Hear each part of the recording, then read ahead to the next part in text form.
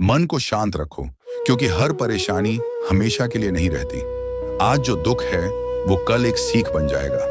भगवान पर विश्वास रखो, क्योंकि जब इंसान हार मान लेता है तब भगवान रास्ते बनाना शुरू करते हैं। जीवन में कितनी भी कठिनाई आए, अपने मन को टूटने मत देना, क्योंकि अंधेरी रात के बाद ही सुबह की रोशनी आती है। कभी कभी भगवान हमारी परीक्षा लेते हैं ताकि हमें और मजबूत बना सकें। इसलिए चिंता छोड़ो और भगवान का नाम लो। जो किस्मत में लिखा है वो समय पर जरूर मिलेगा। जब कोई साथ न दे तब कृष्ण का सहारा लेना। उनका नाम मन को शांति भी देता है और जीने की ताकत भी। कर्म अच्छे रखो, समय बदलते देर नहीं लगती। मनुष्य जीवन रहस्यों से भरा है। इस संसार के कोलाहल में भीड़ का हिस्सा बन जाना बहुत सरल है, परंतु क्या कभी आपने एकांत में बैठकर स्वयं से यह प्रश्न किया है कि इस अनंत ब्रह्मांड में आपकी वास्तविक पहचान क्या है?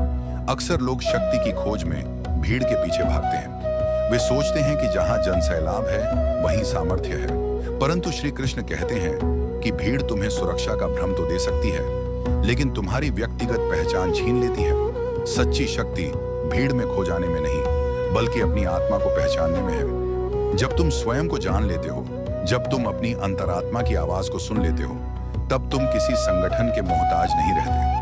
तुम स्वयं में एक आंदोलन बन जाते हो। इसलिए संसार की इस अंधी दौड़ में अपनी मौलिकता को कभी मत खोना। मनुष्य की पहचान को जो सबसे पहले नष्ट करता है वह है उसका क्रोध। क्रोध क्या है?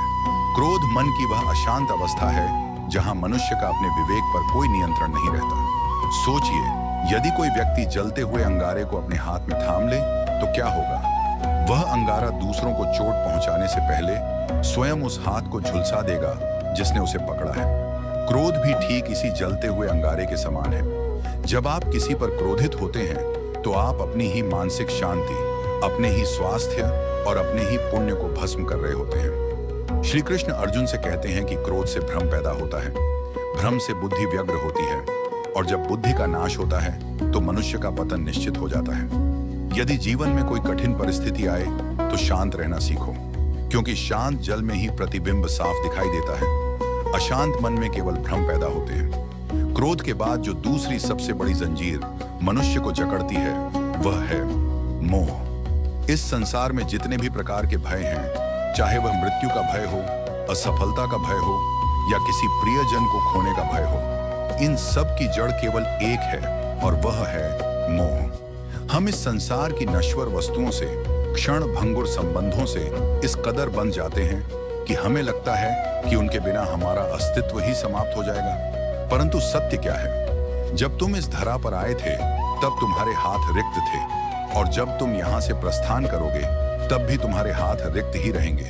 जो आज तुम्हारा है कल किसी और का था और परसों किसी और का हो जाएगा। जिसे तुम अपना समझकर अहंकार कर रहे हो वही तुम्हारी कमजोरी बन जाता है। जिस दिन तुम इस बात को गहराई से स्वीकार कर लोगे कि यहाँ कुछ भी स्थायी नहीं है, उस दिन तुम्हारे भीतर से खोने का सारा भय सदैव के लिए समाप्त हो जाएगा। मुक्त हो जाओ, क्योंकि मुक्ति में ही आनंद है। जब मनुष्य मोह और भय से ऊपर उठता है तब उसके भीतर जागृत होता है सच्चा प्रेम। आज के संसार ने प्रेम की परिभाषा को बहुत संकुचित कर दिया है। लोग अधिकार जमाने को, किसी को पा लेने की इच्छा को प्रेम समझ बैठते हैं, परंतु श्री कृष्ण सिखाते हैं कि प्रेम का अर्थ पा लेना या अधिकार जताना नहीं है।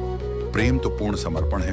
यह एक ऐसी बहती हुई नदी है जो बिना किसी भेदभाव के सबको तृप्त करती है। जहां स्वार्थ है, जहां लेन देन का हिसाब है, वहां व्यापार हो सकता है, प्रेम नहीं। सच्चा प्रेम निस्वार्थ भाव से देना सिखाता है। जब आप किसी से प्रेम करते हैं तो आप उसकी आत्मा का सम्मान करते हैं। प्रेम में कोई शर्त नहीं होती, कोई बंधन नहीं होता। राधा और कृष्ण का प्रेम इसका सबसे बड़ा प्रमाण है। वे शारीरिक रूप से कभी एक नहीं हुए, फिर भी उनका प्रेम युगों युगों से अमर है, क्योंकि उनका प्रेम आत्मा का समर्पण था। अपने भीतर उस निस्वार्थ भाव को लाओ, फिर देखोगे कि पूरा संसार तुम्हें ईश्वर का रूप नजर आने लगेगा। परंतु केवल प्रेम और शांति से संसार नहीं चलता। इस भौतिक जगत में जीवित रहने के लिए तुम्हें कर्म करना होगा। कई लोग भाग्य की दुहाई देकर बैठ जाते हैं। वे सोचते हैं कि यदि विधाता ने उनकी नियति में कुछ लिखा है तो वह उन्हें बिना कुछ किए ही मिल जाएगा। यह सबसे बड़ा भ्रम है। सफलता कभी किसी बंद किस्मत के ताले से अचानक नहीं गिरती। वह तुम्हारे निरंतर प्रयास की भट्टी में तपकर निकलती है।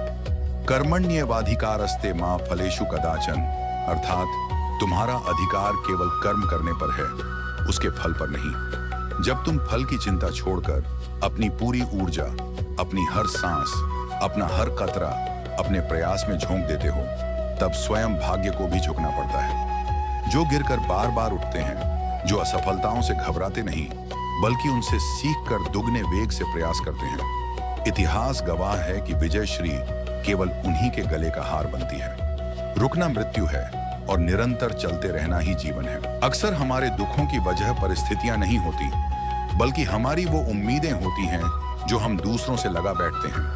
हम चाहते हैं कि लोग हमारे हिसाब से चलें, हमारे हिसाब से बात करें, और जब ऐसा नहीं होता तो हमारा दिल टूट जाता है।